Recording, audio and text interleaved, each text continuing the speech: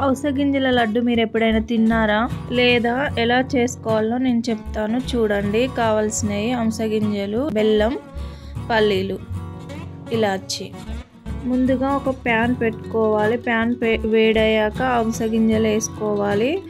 అవి గోల్డెన్ కలర్గా వచ్చేదాకా ఎంపుకొని వేరే బౌల్లో వేసుకోవాలి. మళ్ళీ నెక్స్ట్ అదే ప్యాన్లో పల్లీలు వేసుకోవాలి. అవి కూడా ఎంపుకోవాలి.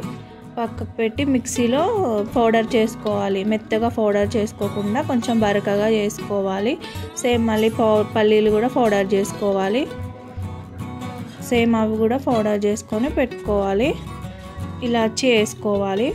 మిక్సీ పట్టుకున్నాక ఒక బౌల్ తీసుకొని బౌల్లో రెండు మిక్స్ చేసుకోవాలి. గడ్డలు రాకుండా మంచిగా మెత్తగా మిక్స్ చేసుకోవాలి. చేసుకున్నాక ప్యాన్ పెట్టుకోవాలి. మళ్ళీ ప్యాన్ పెట్టుకొని బెల్లం వేసుకొని కరిగించుకోవాలి. బెల్లం అందులో ఫ్లేవర్ కోసం కొంచెం నెయ్యి వేసుకోవాలి. నెయ్యి వేసుకున్నాక కరిగిపోయినాక సేమ్ మనం పట్టుకున్న పిండిలోకి ఈ బెల్లం ఆనకం వేసుకోవాలి. వెంటనే కలుపుకోవాలి. గడ్డలు కట్టకుండా కలుపుకోవాలి. చల్లారిన తర్వాత లడ్డూలాగా చుట్టుకోవాలి. ఎంతో ఇష్టమైన అవిసె గింజల లడ్డు చాలా బాగుంది.